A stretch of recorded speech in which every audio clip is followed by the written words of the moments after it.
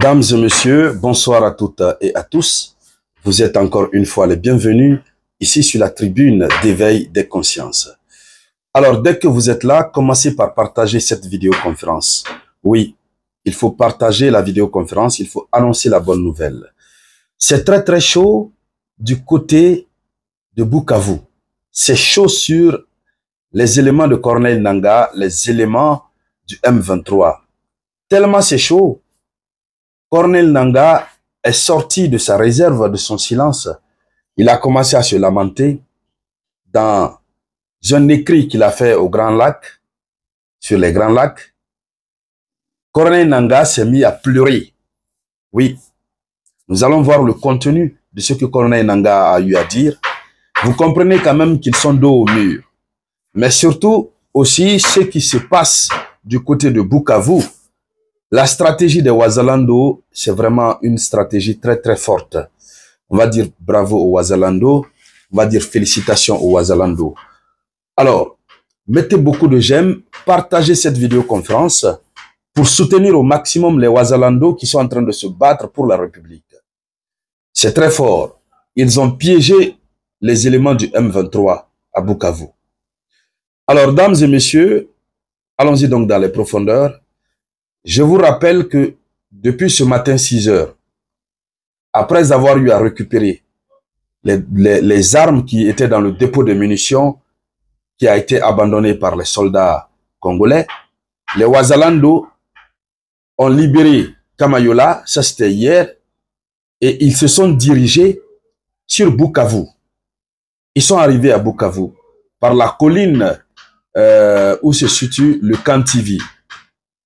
Alors, ils sont venus là, ils ont réussi momentanément à récupérer le camp et à faire fuir les gens du M23. Ils sont descendus donc dans la ville de Bukavu. Ils ont commencé à échanger des tirs. De 6h jusqu'à 8h30, ils ont échangé des tirs avec les rebelles du M23, les soldats rwandais et leurs supplétifs du M23. Alors, ceux-ci se sont repliés. Les soldats du M23, les rebelles du M23 se sont repliés momentanément. Et c'est là qu'on a vu les Wazalando se promener dans quelques coins de la ville. Or, c'était un répit stratégique pour les gens du M23. Alors, qu'est-ce qui s'est passé? Quelque temps après, ils sont revenus en force. Les Wazalando, soucieux de ne pas faire en sorte que beaucoup de citoyens partent au repos éternel, puisque les Wazalando sont en civil. Ils n'ont pas quelque chose qui les démarque vraiment des autres citoyens. Les Wazalando se sont retournés. Ils sont allés dans les villages environnants de là où ils sont venus. Certains se sont éparpillés dans la brousse. Alors, à partir de là, les Wazalando étaient là et observent. Ils ont commencé à observer la situation à Bukavu.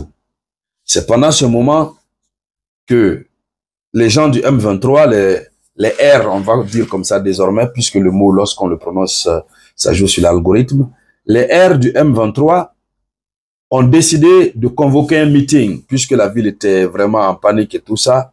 Ils ont convoqué un meeting où il y avait la presse et tout ça.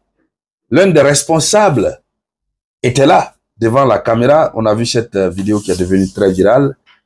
Voilà, mais il était là déjà pendant qu'il s'apprêtait à passer sur le podium, prendre le micro et puis parler. Pour rassurer la population, peut-être pour dire, bon, n'ayez pas peur, tout est sous contrôle, etc. Pendant qu'il était là face à la presse, il mettait la main sur le cœur, son cœur battait proprement. Son cœur battait, mais réellement. Et là, il avait raison. Son cœur devrait vraiment battre, puisque ceux qui l'attendaient, ah, c'était grave. -1, il allait aller au repos éternel. -1. Puisque les Wazalando sont venus infiltrer le lieu du meeting. Je vous dis que les Wazalando sont très courageux. Lorsqu'on parle des Wazalando, il s'agit des jeunes volontaires patriotes qui opèrent comme volontaires au sein, aux côtés de l'armée. Mais c'est ce groupe de jeunes qui a décidé de prendre ses responsabilités, puisque l'armée, beaucoup de membres de l'armée sont en complicité avec les airs du M23.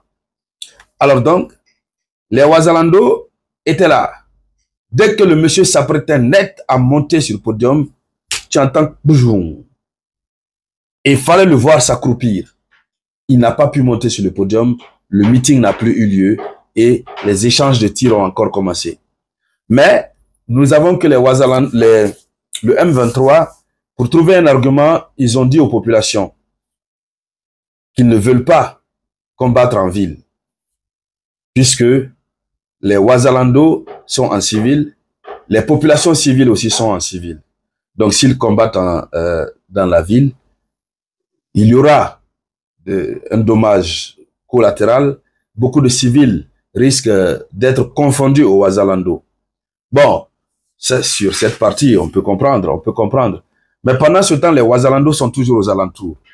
Et les Ouazalando les ont donné, ont lancé une alerte, un appel. Les Ouazalando les ont dit qu'ils n'ont qu'à se rendre. Oui, les Ouazalando ont demandé à tous les rebelles du M23 et AFC présents à Bukavu de déposer les armes et de se rendre librement aux FARDS et aux Ouazalando. Sinon, s'ils ne le font pas, ils vont subir la rigueur d'une opération conjointe qui sera déclenchée dans les heures à venir. Donc, voici la situation face à laquelle les rebelles du M23 et de l'AFC se retrouvent. Alors, face à cette situation, le M23 ne sait plus que faire du côté de Bukavu. Ils sont coincés. Selon leurs propres propos, les Ouazalando sont en civil. Les populations civiles sont en civil. Donc, ça les rend la tâche très difficile. Or, les Ouazalando s'apprêtent à redescendre dans les heures à venir. C'est pourquoi Corneille Nangaa commence à se lamenter. Il a commencé à pleurer, à pleurnicher. Oui, à exposer sa situation pour qu'il puisse faire pitié aux gens. Oui. Et dans cet écrit, qu'est-ce qu'il dit? Laissez-moi vérifier. Voilà. Il dit à Kinshasa, qu'est-ce qui nous reste? Il dit à Kinshasa, voilà, il dit nous sommes condamnés à mort. Alors, qu'est-ce qui nous reste? C'est des gens qui n'ont plus rien à faire. C'est des gens qui se battent sachant qu'ils n'ont plus rien à faire. Donc l'ensemble des membres du M23, ils sont en train de se battre puisqu'ils savent qu'ils n'ont plus rien à faire. À Kinshasa, on les a condamnés. On les a condamnés à mort. Alors, il dit ceci. Il dit, tous, nous avons été pris. Nos membres, nos familles sont dans les geôles de la DEMIAP, de la LANR. Il dit, même ma propre épouse fait partie de ceux qui sont condamnés. Elle a commis le péché d'avoir comme mari Corneille Nangaa. Il continue, hein, il dit, mes frères, mes beaux-pères sont tous condamnés à mort. Il dit, tous mes biens ont été vendus aux enchères. Je ne suis pas seul. Mes collègues, tels que vous voyez là, avec le jeu de 4, leurs familles, soit sont arrêtés, soit sont en cavale, soit sont envoyés au repos éternel.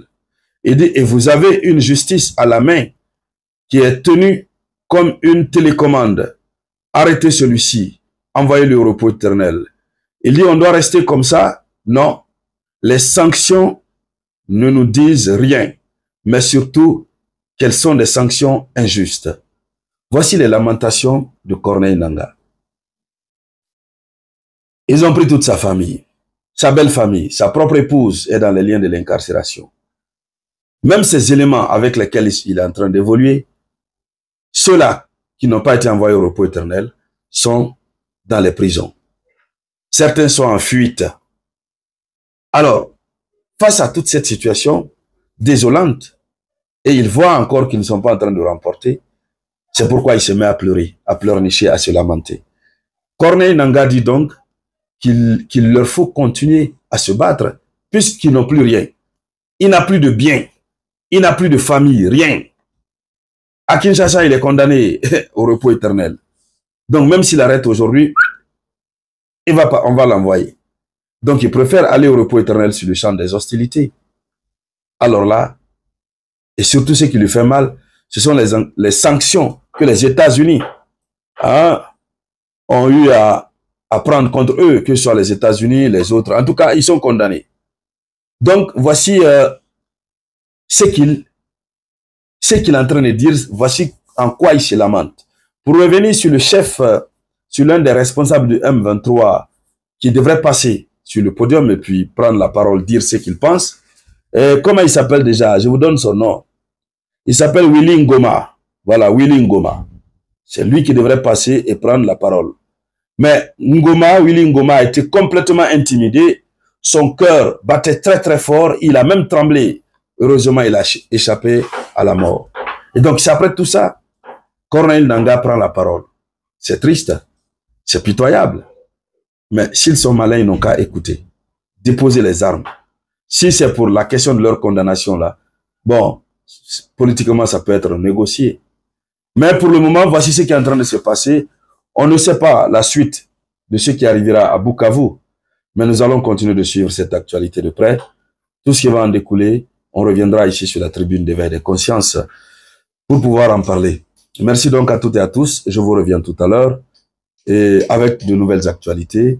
C'était la voix de votre unique samouraï.